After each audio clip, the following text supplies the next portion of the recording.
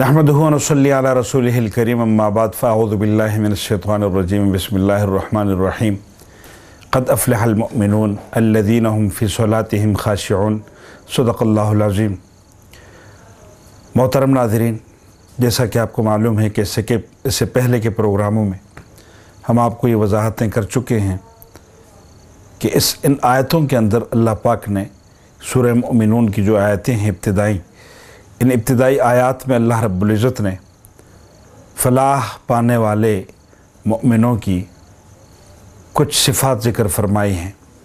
उसमें जो पहली सिफ़त अल्लाह पाक ने ज़िक्र फरमाई अल्लज़ीना हुम फ़ी सलातिहिम ख़ाशिऊन, उसी की तफ़सीर में मैं आपके सामने गुज़ारिशात कर रहा था। मोहतरम नाज़रीन, हम खुशू और खुज़ू के हवाले से कुछ बात करेंगे, लेकिन उससे पहले हम इस बार आपके सामने नमाज के अरकान के हवाले से दो तीन बातें अर्ज़ करूँगा। उसके बाद खुशू की तरफ आएंगे। नमाज में हमने सजदे की हालत आपको ज़िक्र कर दी थी। उसके बाद जब हम अत्तहियात में बैठते हैं तो उस बैठने की हैअत और कैफ़ियत क्या होनी चाहिए। उसमें हमारी हालत ये हो कि हम अपने हाथों की जो उंगलियां हैं, इन दोनों उंगलियों को अपने घुटने के आखिर तक पहुंचाएं। यानी कि आप मेरे साथ इस सोफ़े को देख रहे हैं। जैसे मैंने इस सोफ़े के ऊपर अपनी उंगलियां रखी हुई हैं, फ़र्ज़ करें ये मेरा घुटना है तो मेरी उंगलियां ऐसे हों। तबई एतबार से अगर मेरी उंगलियां खुली हैं तो ठीक है, अगर मेरी उंगलियां बंद हों तो तब भी ठीक है। लेकिन मुझे ऐसा नहीं करना चाहिए कि मैं अपनी उंगलियों को अपने घुटनों के ऊपर लटका दूं। मेरी उंगलियां लटकी हुई न हों। मेरे हाथ की दोनों उंगलियां इस हालत में हों कि जहां से मेरे घुटने की इब्तिदा हो, मेरी उंगलियों की इंतहा वही हो। पाँव की हालत ये है कि जो दाएं पाँव है वो खड़ा हो और जो बायां पाँव है मेरा, उस पाँव के ऊपर मैं बैठ जाऊं। तो ये है अत्तहियात की शक्ल, जिसे हम कायदा बोलते हैं। और हमारी निगाह हमारी झोली के ऊपर हो, हमारा सर बहुत ज़्यादा झुका हुआ ना हो और निगाह हमारी झोली के ऊपर हो। हम अत्तहियात से फ़रागत के बाद जब हम सलाम फेरते हैं तो ये अमल इस तरह से होगा कि जब हम दाएं तरफ सलाम फेरने लगें तो अपनी गर्दन को मुकम्मल तौर पर मोड़ लें, यूँ अस्सलामु अलैकुम व रहमतुल्लाह, अस्सलामु अलैकुम व रहमतुल्लाह। हमारी निगाह यूँ चले और हमारे कंधे की तरफ, दाएं कंधे की तरफ पहले, और फिर जब हम बाएं तरफ सलाम फेरें तो हमारी निगाह यूं चलते हुए इस कंधे की तरफ आए और हमारी गर्दन मुड़ जाए, पहले इस तरफ और फिर इस तरफ।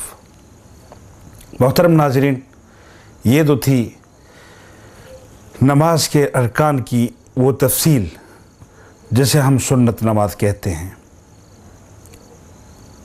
मोहतरम सुनने और देखने वालों, जैसा कि आपको ये पूरी तफसील गुज़िश्ता प्रोग्रामों में बताई जा चुकी है, इसके लिए आपको ज़्यादा मेहनत नहीं करना पड़ती, आपको ज़्यादा वक्त नहीं देना पड़ता, आपको इस पे पैसा नहीं खर्चना पड़ता।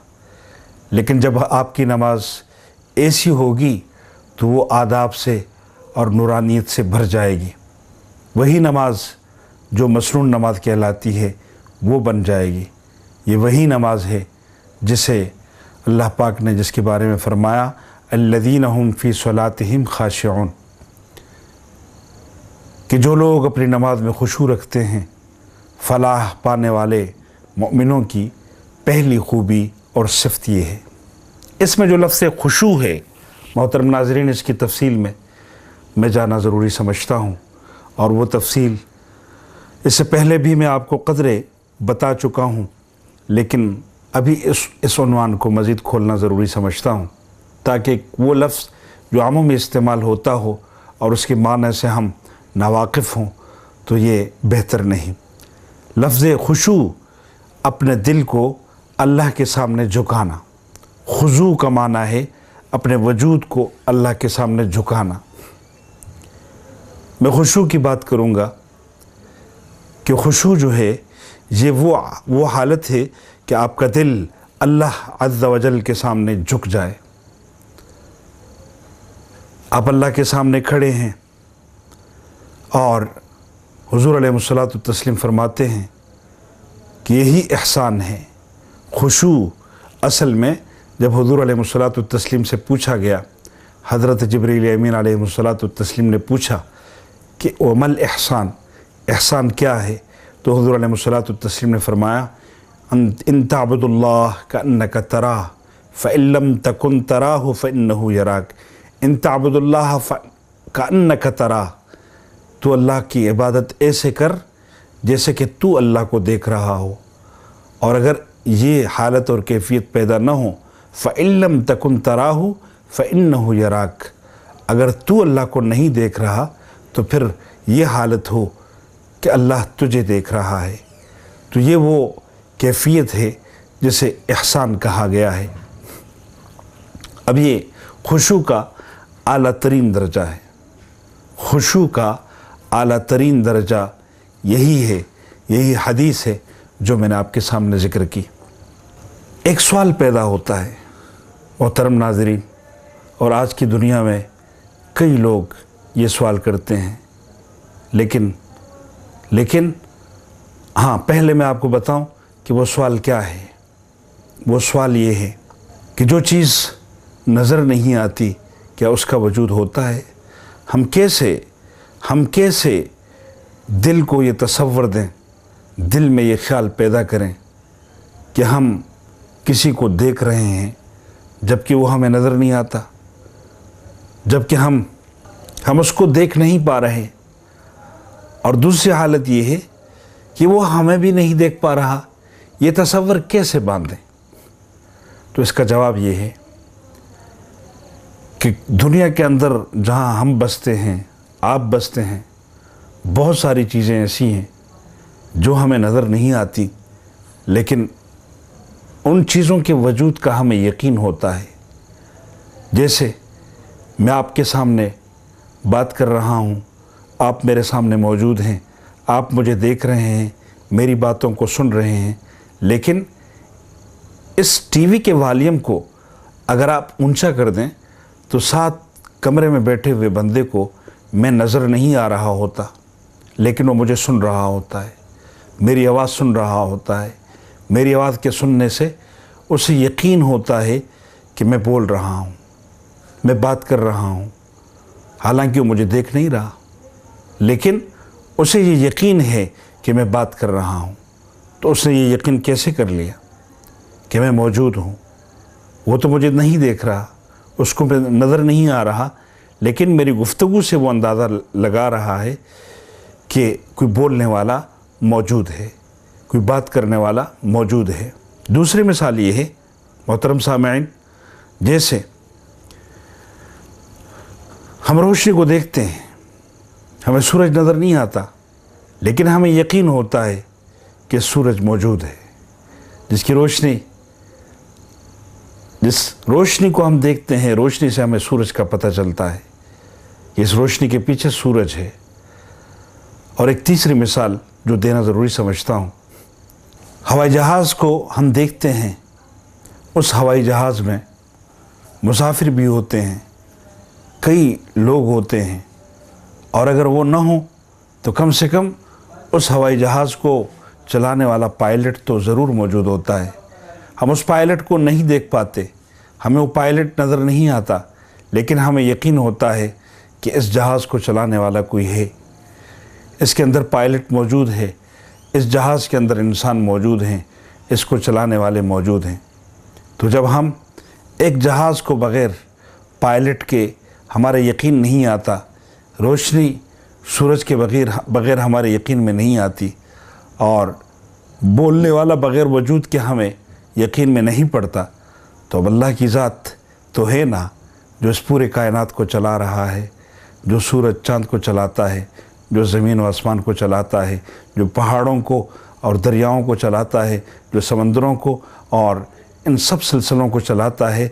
हम इन तमाम चीज़ों को देखकर, इस पूरी कायनात को देखकर यकीन करते हैं कि इसका कोई खालिक है, कोई इसका मालिक है, इन सितारों का, इन सैयारों का जो चलते रहते हैं।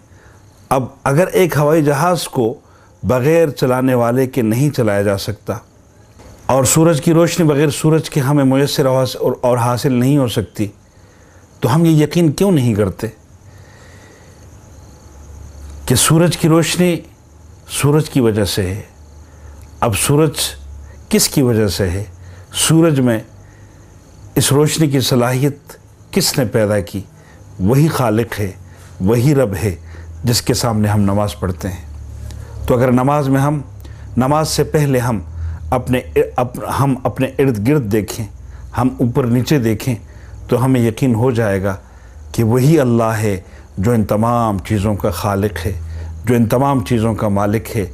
अब वो इस नज़रिए और तसव्वुर के साथ हम नमाज के लिए खड़े हों और हम देखें कि वही खालिक जिसने हमें पैदा किया, वही खालिक जिसने इस पूरे कायनात को पैदा किया, हम उसी को देख रहे हैं और उसी के सामने नमाज को अदा कर रहे हैं। और यही कैफियत पैदा हो जाती है। अगर न हो तो ये पैदा कर लो कि अल्लाह हमें देख रहा है, वो मुझे नज़र नहीं आ रहा लेकिन उस अल्लाह को मैं नज़र आ रहा हूँ, वो मुझे देख रहा है, उसकी निगाह मेरे ऊपर है। ये कैफियत इंसान के अंदर पैदा हो जाती है। मेरे दोस्तों, ये वो तमाम चीज़ें हैं जो 100% यकीनी हैं, जो आपको मैंने ज़िक्र की, मुख्तलिफ़ मिसालें दे के मैंने आपको बताया कि आप रोशनी को देखते हैं, आप 100% यकीन करते हैं कि सूरज मौजूद है। मेरी बात को, मेरी आवाज़ को दूसरे कमरे में आप सुनते हैं, आपको 100% यकीन होता है कि मैं मौजूद हूँ, जो बोल रहा हूँ। और जहाज़ के अंदर पायलट की वजूद का 100% यकीन है। तो जब एक जहाज़ के अंदर और इन तमाम मिसालों के अंदर इन चीज़ों का 100% यकीन है, तो इस कायनात को चलाने वाले के लिए 100% यकीन नहीं है। यकीन कीजिए, अल्लाह मौजूद है, अल्लाह मौजूद है। इस पर कई मिसालें हैं। आपका वक्त लिए बग़ैर मैं आपको ज़रूरी बातें बताना चाह रहा हूँ कि दुनिया की, कायनात की हर चीज़ अल्लाह के वजूद पर दलालत कर रही है, अल्लाह के वजूद को बता रही है कि इस चीज़ को किसने पैदा किया, इस चीज़ को किसने रोशन किया, वजूद किसने बख्शा, इसको फ़ना किसने करना है। पहला ध्यान आपका इसी की तरफ हो कि इन तमाम चीज़ों का खालिक अल्लाह है, मालिक अल्लाह है, चलाने वाला अल्लाह है। मैंने आपको गुज़िश्ता प्रोग्राम में बताया था कि नमाज के लिए कुछ मरातब हैं, सीढ़ियाँ हैं, और वही सीढ़ियाँ खुशू वाले नमाज के लिए हैं। अगर आप चाहते हैं कि हमारी नमाज के अंदर खुशू हो, हमारा दिल अल्लाह की तरफ झुक जाए, हमारा दिल अल्लाह की तरफ, उसमें झुकाव की पोजीशन पैदा हो, तो वो जो सीढ़ियाँ हैं उस पे अमल करें। इंशाअल्लाह ताला ख़यालात से, वसाविस और तवहुमात से आपकी नमाज दूर हो जाएगी। आपकी नमाज खालिसतन अल्लाह और उसकी रज़ा के लिए होगी। पहली सीढ़ी उन अल्फाज की अदायगी है जिसका ज़िक्र मैं आपके सामने कर चुका हूँ। उसकी ज़रा सी तफसील बताना ज़रूरी समझता हूँ कि जब आप नमाज के लिए खड़े होते हैं तो आपका ध्यान नमाज की तरफ हो, नमाज के अल्फाज की तरफ हो।